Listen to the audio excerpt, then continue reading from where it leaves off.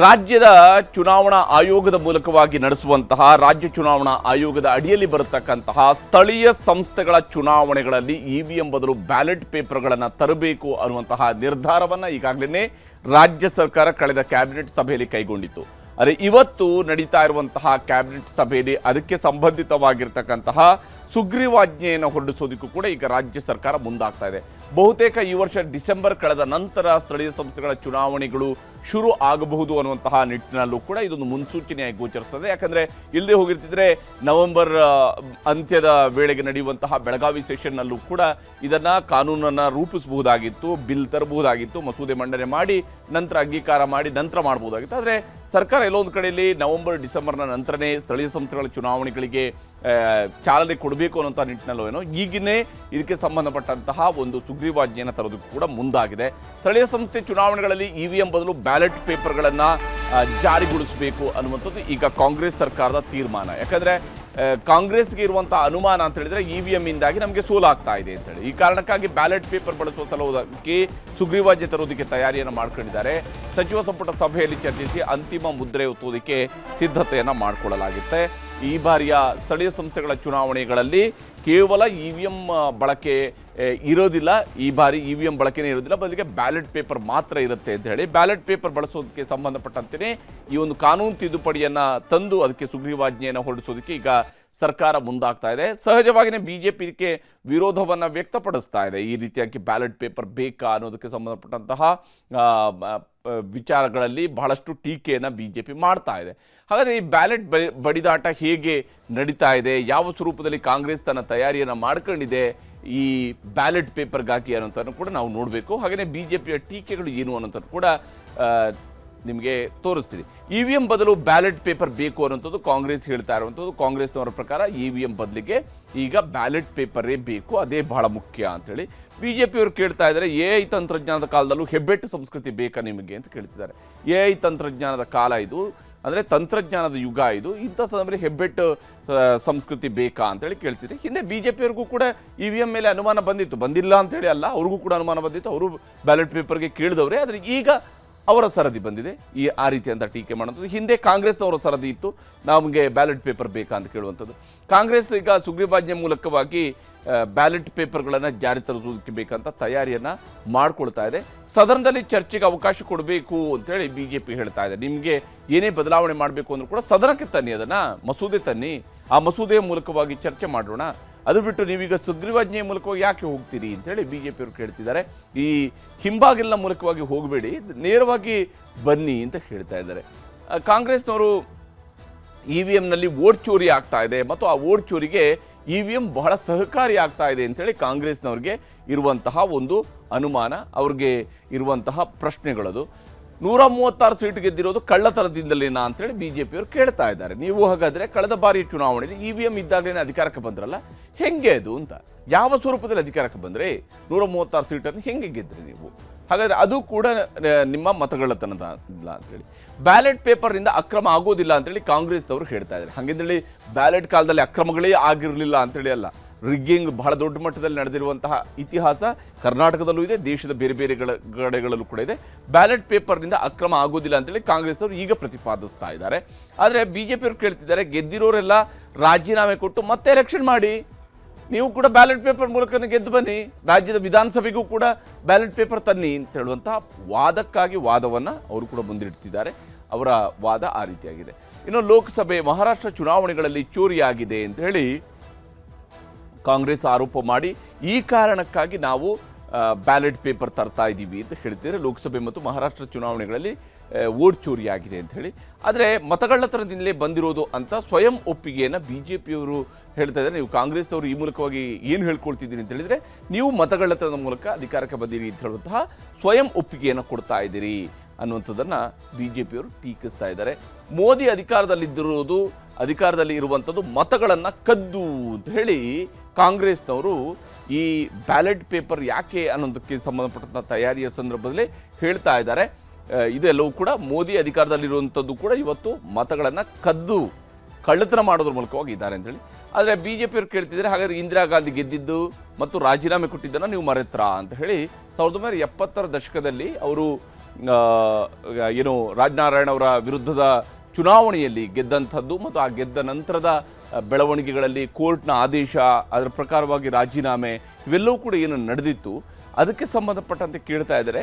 ಅವರು ಅವತ್ತು ಹಾಗಾದರೆ ಗೆದ್ದಿದ್ದು ಚುನಾವಣೆಯಲ್ಲಿ ಅಕ್ರಮ ಆಗಿದೆ ಅಂತ ಹೇಳಿ ಅಲ್ವಾ?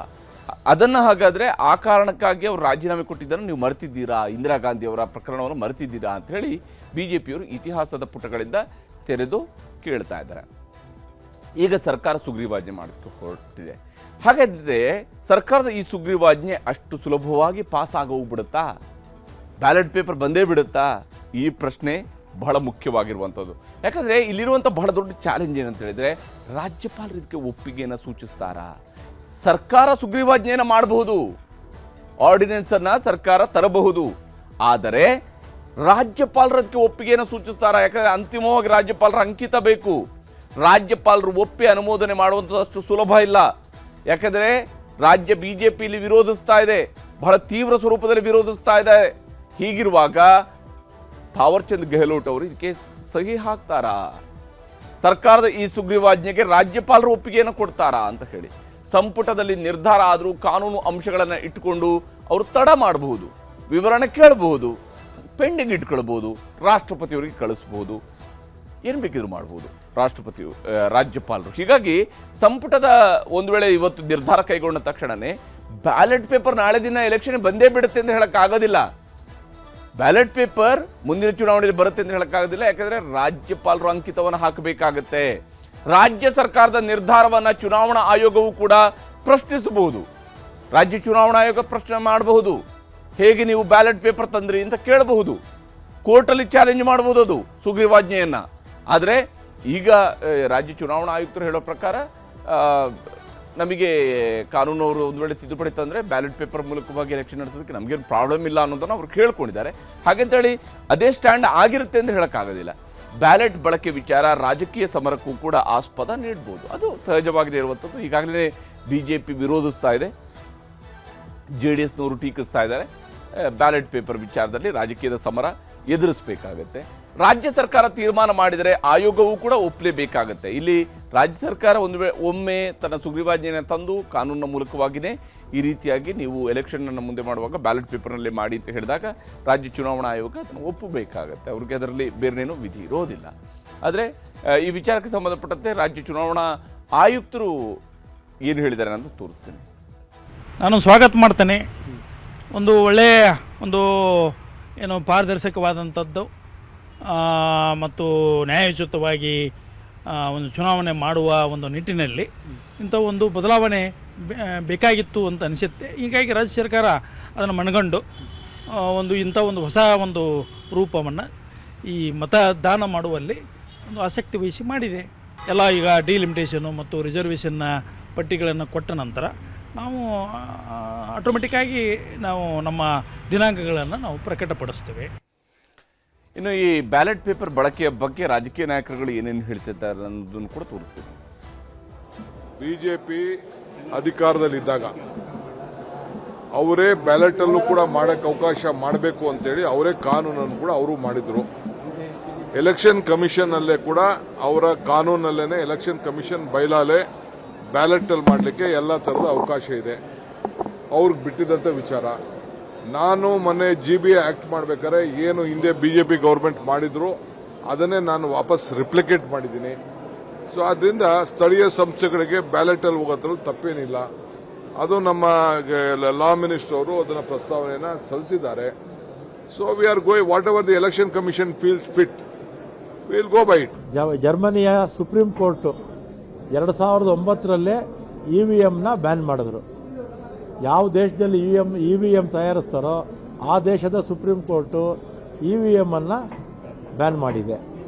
ಆಮೇಲೆ ಅಮೇರಿಕಾ, ಫ್ರಾನ್ಸು, ಇಂಗ್ಲೆಂಡು, ಬಹುತೇಕ ಯುರೋಪ್ ರಾಷ್ಟ್ರಗಳು, ದೊಡ್ಡ ದೊಡ್ಡ ರಾಷ್ಟ್ರಗಳಿದೆಯಲ್ಲ, ಅವ್ರು ಯಾರು ಕೂಡ EVM ಬಳಸೋದಿಲ್ಲ. ಅಲ್ಲೆಲ್ಲ ಕೂಡ ಬ್ಯಾಲೆಟೇ ಬಳಸೋದು.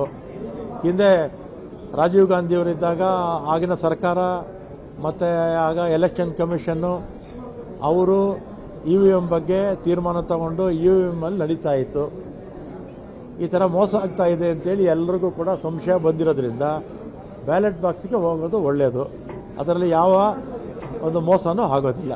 ಇದನ್ನ ಸಂಶಯ ಪಟ್ಟು ಇವತ್ತು ಚುನಾವಣಾ ಆಯೋಗಕ್ಕೆ ಸುಪ್ರೀಂ ಕೋರ್ಟಿಗೆ ಏನು ಇವರು ಮಾಡ್ತಾ ಇದ್ದಾರೆ, ಇದು ಕೆಲವು ದಿವಸ ನಡೀತದೆ ಅಷ್ಟೇ. ಇನ್ನು ಮುಂದೆ ಈ ಸರ್ಕಾರ ಹೋಗುದೇ ಮತ್ತೆ ಅದೇ ಮಷಿನ್ ನೋಡ್ರಿ, ನೀವು ಪ್ರೂವ್ ಮಾಡಬೇಕು ಇದರಲ್ಲಿ ಏನೋ ಗದ್ದಲಾಗಿದೆ. ಇದು ಈ ಮಷಿನ್ದಾಗ ಹಿಂದೆ ಕೇಳ್ತಿದ್ರು ನಾವು ಸಣ್ಣವರಿದ್ದಾಗ, ನಾವು ಎಲ್ಲಿ ಓಟ್ ಹಾಕಿದ್ರು ಅದು ಕಾಂಗ್ರೆಸ್ ಹೋಗ್ತೈತೆ ಅಂತೇಳಿ ಇಂದಿರಾ ಗಾಂಧಿ ಇದ್ದಾಗ. ನಾವು ಬೇಕಾದಲ್ಲಿ ಹಾಕಲಿ, ಅದು ಹೋಗಿ ಕಾಂಗ್ರೆಸ್ ಅಂಥದ್ದೇ ಪೇಪರ್ ತೆಗೆದಾರ ಅಂತ ಹೇಳ್ತಿದ್ರು. ಹೀಗೆ ಇಲ್ಲಿ ಆರೋಪ ಪ್ರತ್ಯಾರೋಪಗಳು ಕೂಡ ಇದ್ದಾವೆ. ಆದರೆ ಇಲ್ಲಿ ಬ್ಯಾಲೆಟ್ ಪೇಪರ್ನ ಹಿಂದಿನ ಲೆಕ್ಕಾಚಾರಗಳು ಏನು, ಯಾವ ಕಾರಣಕ್ಕೆ ಬ್ಯಾಲೆಟ್ ಪೇಪರ್ ಅನ್ನೋದನ್ನು ಗಮನಿಸಬೇಕು. ರಾಹುಲ್ ಗಾಂಧಿ ಹೋರಾಟಕ್ಕೆ ನೈತಿಕ ಬಲವನ್ನು ತುಂಬುವಂಥದ್ದು ಬಹಳ ಮುಖ್ಯವಾಗಿ ಇಲ್ಲಿ ಸಿದ್ದರಾಮಯ್ಯನವರ ಸರ್ಕಾರ ಕೈಗೊಳ್ಳುವಂತಹ ತೀರ್ಮಾನ ಒಂದು ಭಾಗ. ಕೇಂದ್ರ ಸರ್ಕಾರಕ್ಕೆ ಮತ್ತು ಚುನಾವಣಾ ಆಯೋಗಕ್ಕೆ ಸೆಡ್ಡು ಹೊಡೆಯುವಂಥದ್ದು ಕೂಡ ಇದರ ಬಹಳ ಮುಖ್ಯವಾಗಿರ್ತಕ್ಕಂತಹ ನಿರ್ಧಾರದ ಭಾಗ. ಮತ್ತು AICC ನಿರ್ಣಯಗಳನ್ನು ಜಾರಿಗೆ ತಂದ ಕೀರ್ತಿಯು ಕೂಡ ಸಿದ್ದರಾಮಯ್ಯನವರ ಸರ್ಕಾರಕ್ಕೆ ಬರುತ್ತೆ. ಆ ಕಾರಣಕ್ಕಾಗಿ ಕೂಡ ಬ್ಯಾಲೆಟ್ ಪೇಪರ್ ಬಗ್ಗೆ ಅವರು ಪ್ರತಿಪಾದನೆಯನ್ನು ಮಾಡ್ತಾ ಇದ್ದಾರೆ. ಮತಪತ್ರ ಜಾರಿಗೆ ತಂದ ಮೊದಲ ರಾಜ್ಯ ಅನ್ನುವಂಥ ಹೆಗ್ಗಳಿಕೆಗೆ ಮತ್ತೆ ಇವರು ಪಾತ್ರರಾಗಬಹುದು. ಅದರ ಹಿಂದೆ ಮತಪತ್ರಗಳಿದ್ವು, ಆದರೆ EVMಗಳು ದೊಡ್ಡ ಮಟ್ಟದಲ್ಲಿ ಬಳಕೆಗೆ ಬಂದ ನಂತರ ವಾಪಸ್ ಮತಪತ್ರಕ್ಕೆ ಹೋಗಿರ್ತಕ್ಕಂಥ ಮೊದಲ ರಾಜ್ಯ ಸ್ಥಳೀಯ ಸಂಸ್ಥೆ ಚುನಾವಣೆಗಳಲ್ಲಿ ಅಂತ ಹೇಳುವಂಥ ಹೆಗ್ಗಳಿಕೆ ಕರ್ನಾಟಕಕ್ಕೆ ಬರಬಹುದು. ದೇಶದ ಬೇರೆ ಬೇರೆ ರಾಜ್ಯಗಳಿಗೂ ಕೂಡ ಹೊಸ ಸಂದೇಶ ರವಾನೆ ಆಗ್ಬೋದು. ಮತ್ತು ಕರ್ನಾಟಕದ ಮಾಡೆಲನ್ನು BJP ರೂಲ್ಡ್ ಸ್ಟೇಟ್ಗಳಲ್ಲಿ ಅಲ್ಲದಿದ್ರು ಕೂಡ ಅಟ್ಲೀಸ್ಟ್ ಅಪೋಸಿಷನ್ ಪಾರ್ಟಿಗಳು ರೂಲ್ ಮಾಡ್ತಾ ಇರ್ತಕ್ಕಂಥ ಎಲ್ಲ ರಾಜ್ಯಗಳು ಕೂಡ ಅದನ್ನು ರೆಪ್ಲಿಕೇಟ್ ಮಾಡ್ಬೋದು, ಅದನ್ನು ಜಾರಿಗೆ ತರಬಹುದು. ದೇಶದ ಬೇರೆ ಬೇರೆ ರಾಜ್ಯಗಳಲ್ಲೂ ಕೂಡ ಹೊಸ ಸಂದೇಶ ರವಾನೆ ಮಾಡುವಂತಹ ಲೆಕ್ಕಾಚಾರವೂ ಕೂಡ ಇಲ್ಲಿ ಅಡಗಿರುವಂಥದ್ದು ಸ್ಪಷ್ಟ ಇದೆ. ಈ ವಿಚಾರದಲ್ಲಿ ರಾಹುಲ್ ಗಾಂಧಿ ಅವರು ಮತ್ತೆ ಮಾತನಾಡ್ತಾ ಹೇಳಿದ್ದಾರೆ, ವೋಟ್ ಚೋರಿ ಬಗ್ಗೆ ನನ್ನ ಬಳಿಯಲ್ಲಿ ಸಾಕ್ಷಿ ಇದೆ, ಆ ಸಾಕ್ಷಿಯನ್ನು ಕೊಡೋದಕ್ಕೂ ಕೂಡ ನಾನು ಸಿದ್ಧನಿದ್ದೇನೆ ಅಂತ ಹೇಳ್ಕೊಂಡು ವಿವರಿಸ್ತಾ ಇದ್ದಾರೆ. डायनामिक एक्सप्लोसिव आपको सबूत देने वाले हैं। पूरे देश में नारा चल रहा है, वोट चोर गद्दी चोर का नारा चल रहा है, आग जैसे फैल रहा है, क्योंकि सच्चाई है और हम आपको दिखाएंगे। हिंदुस्तान के युवा आप अच्छी तरह सुनिए, सच्चाई है कि वोट चोरी करके सरकारें बन रही हैं। हम गारंटी करके आपको प्रूफ देने वाले हैं।